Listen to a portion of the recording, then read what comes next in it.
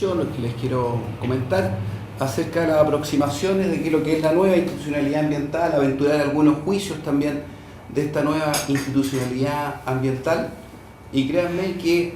hay varias cosas de la nueva institucionalidad ambiental que son cambios significativos, pero hay otras cosas que cambian poco, porque efectivamente el enfoque ha sido una actualización de la institucionalidad que hoy día existe,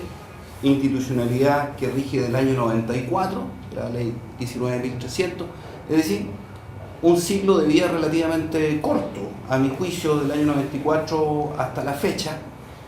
pero desde la elección presidencial del 2005 se instaló la idea de tener un Ministerio del Medio Ambiente. Todos los candidatos en la campaña presidencial de 2005, con distintas justificaciones de distinta envergadura, planteaban la necesidad que en Chile existiera un Ministerio del Medio Ambiente,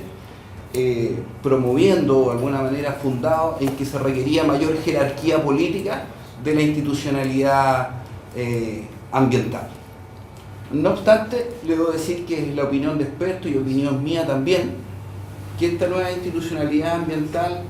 la antigua institucionalidad ambiental, más que nada requería de mayor gestión, de mayores recursos, para sacarle provecho al marco normativo que existía desde el año 2094. Es decir, que los grandes déficits que pudieran haber existido en materia de gestión ambiental en el país, a mi juicio, no era precisamente por un inadecuado marco jurídico, sino que más bien por fortalecer las capacidades de gestión e incluso de recursos que dispusiera en aquel momento la Comisión Nacional del Medio Ambiente. Pero la discusión siempre fue cuán transversal o cuán vertical o horizontal era el Ministerio del Medio Ambiente o era la gestión ambiental en Chile. Desde el año 94 obviamente se optó por una comisión de carácter coordinadora, reconociendo las competencias que tenían en materia ambiental un sinnúmero de servicios públicos y varios ministerios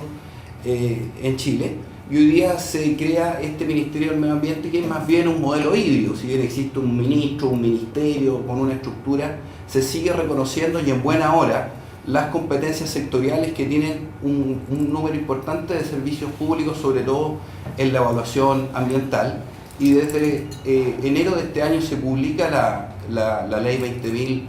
20.417, que da vida y que crea el Ministerio del Medio Ambiente, el Servicio de Evaluación Ambiental y la Superintendencia del Medio Ambiente, con la idea de distinguir en cada una de estas instituciones funciones o roles distintos, pero una distinción para unir y no para separar. Se concentra en el Ministerio básicamente la formulación de políticas y de materias normativas, en la Superintendencia el rol central obviamente en la fiscalización como buena superintendencia, y en el Servicio de Evaluación Ambiental la administración del sistema de evaluación de impacto ambiental, consagrando en la práctica el CIA como un instrumento de gestión ambiental de primer orden, de gran importancia, de carácter preventivo, donde buena parte de los proyectos de envergadura requieren ingresar a este sistema, donde finalmente se da una autorización integrada y se fijan una serie de condiciones. Y además de estas tres instituciones, son parte del modelo integral dos nuevas instituciones que se comprometen en un protocolo de acuerdo, que la primera, que es el tribunal, hoy día los tribunales ambientales, en proceso legislativo, y también un servicio de biodiversidad y áreas protegidas prontamente a entrar el Parlamento. Es decir, se generan estas dos nuevas instituciones que dan mayor integralidad a esta reforma y permiten también implementarla a cabalidad. La base del modelo, como yo les decía, es poder distinguir en el ministerio, en el servicio, en la super, roles y funciones distintas. Pero acá hay un elemento bien importante que no estaba en el proyecto original, que es el Consejo de Ministros para la Sustentabilidad, y que se incorpora de manera de dar integralidad y coherencia a las mismas políticas o a las normas que se dicten, a modo que sea un conjunto de ministros sectoriales quien apruebe estas políticas finalmente y quien apruebe fundamentalmente los programas priorizados de norma, a modo de no tener tampoco un desentendimiento por parte de estos ministros sectoriales con respecto a las políticas o a las normas que se dicten, y que yo creo que es un gran aporte y que se asemeja bastante a lo que actualmente, a lo que existía desde el año 94, que era el Consejo Directivo de la CONAMI. Hoy día se llama Consejo de Ministros para la Sustentabilidad. Segunda característica, y también importante en el servicio de evaluación ambiental, que no hay que omitirla, que es la información de líneas bases que generan los estudios de impacto ambiental, y que se pueden complementar con otra información de línea base que pueda generar el CEA o que pueda generar el Ministerio, a modo de tener una información que es bastante valiosa, que es bastante cara de obtener y que por lo general la generan los estudios de impacto ambiental y queda dispersa ahí en el CIA electrónico. La idea es rescatarla, ordenarla, sistematizarla, complementarla, y yo creo que va a ser de gran apoyo. Como yo les decía, el Ministerio del Medio Ambiente incorpora además facultades en materia de conservación de la biodiversidad y recursos naturales renovables e hídricos, y se incorpora el Consejo de Ministros para la Sustentabilidad, reitero, para dar mayor integralidad, coherencia y mayor compromiso de los ministerios sectoriales que tienen competencia en materia de medio ambiente y que están involucrados en las políticas que se dictan o que deberían dictarse. El Servicio de Evaluación Ambiental, o sea, que es lo más parecido a lo que ustedes pueden conocer hoy día como CONAMI, como un gran administrador de un gran instrumento que es el Sistema de Evaluación de Impacto Ambiental, y en sus características esenciales, si bien no se modifican, en términos que a través del sistema de evaluación se van a obtener las autorizaciones integradas, estas no se afectan y participan todos los servicios a través de sus informes sectoriales en los procesos de evaluación. Y tercero, donde sí yo creo que hay la mayor innovación, en materia de superintendencia del medio ambiente. Existen opiniones reiteradas y coincidentes en términos de evaluar la gran asimetría que existe en cuanto servicios públicos se preocupan de un proyecto antes de su aprobación o de su calificación, y cuánto se preocupa los servicios públicos una vez otorgada la resolución de calificación ambiental. Segundo, también existe coincidencias en opiniones en términos de que se fiscaliza poco.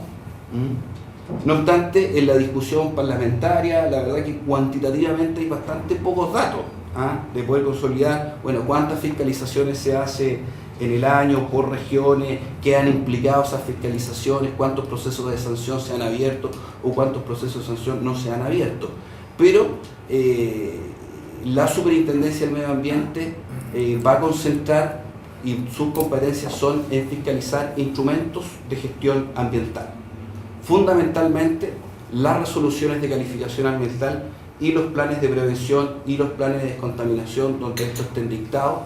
normas de calidad y emisión cuando correspondan, y los planes de manejo derivados de la ley 19.300. Es decir, competencia para fiscalizar, para sancionar instrumentos de gestión ambiental. Básicamente lo que más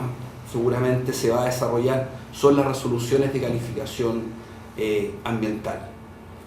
Se genera un sistema de multa de bastante mayor cuantía, de hasta 10.000 unidades tributarias anuales. Hoy día las mayores sanciones que son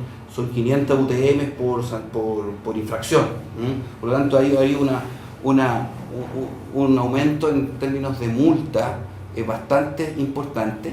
pero también se incorporan como a modo de sanción la cláusula temporal o definitiva de un proyecto, que es de bastante utilidad, sobre todo cuando se sancionan proyectos que cumplen alguna función de utilidad pública o que en la práctica no le es aplicable una revocación de una resolución de calificación ambiental. Segundo, también se faculta a la superintendencia de poder implementar medidas provisionales antes o durante un proceso de sanción que se estima y que pueden durar harto tiempo. Por lo tanto, hay determinadas medidas que debe implementar o que puede implementar la superintendencia, que están dirigidas a poder acotar, disminuir o evitar algunos daños que se estén generando antes o durante el proceso de sanción. Algunas de ellas, las de mayor envergadura, van a requerir una autorización previa del Tribunal Ambiental, como la suspensión temporal de la resolución o la clausura de algunas instalaciones. Cuarta característica, que se establece como un instrumento importante los programas de cumplimiento, siendo esto un plan de acción y metas que presenta el propio infractor a modo de orientar estos procesos sancionatorios, más que a pagar multas, a cumplir efectivamente las condiciones que establece la resolución de calificación ambiental. Y quinto, también se establecen incentivos para la autodenuncia del infractor, como rebajas de multa en la primera, en la segunda y en la tercera vez que se autodenuncie. Todo esto obviamente sujeto al cumplimiento del programa, al programa de cumplimiento propiamente tal, como característica importante de la super orientada a que se cumpla la resolución y no necesariamente al pago de multa. A mi juicio tienen tres ejes ordenadores. Primero, lo que se busca es dignificar el proceso de evaluación. Ya no existe una Corema con un gran componente, entre comillas, político. Ya no participan los gobernadores, no van a participar los consejeros regionales, pero sí queda presidida por el intendente regional e integrada tan solo por 8 seremis, más el director del CEA. El fundamento de esto es buscar una decisión final, una calificación mucho más técnica, mucho más objetiva. Por lo tanto, se modifica ahí el órgano final, este órgano colegiado que califica finalmente el proyecto.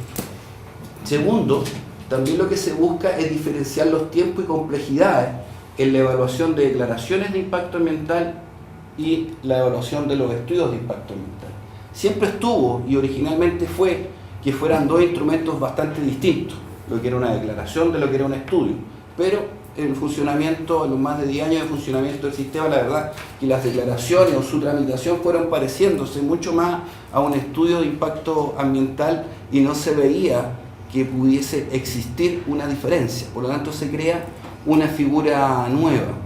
Y tercero, también lo que permiten estas modificaciones es mejorar y aumentar los controles ex post de la resolución. Es decir, hay una preocupación previa en la evaluación, pero también debe haber una preocupación permanente en términos del monitoreo, del seguimiento y control, la verificación del cumplimiento de estas resoluciones.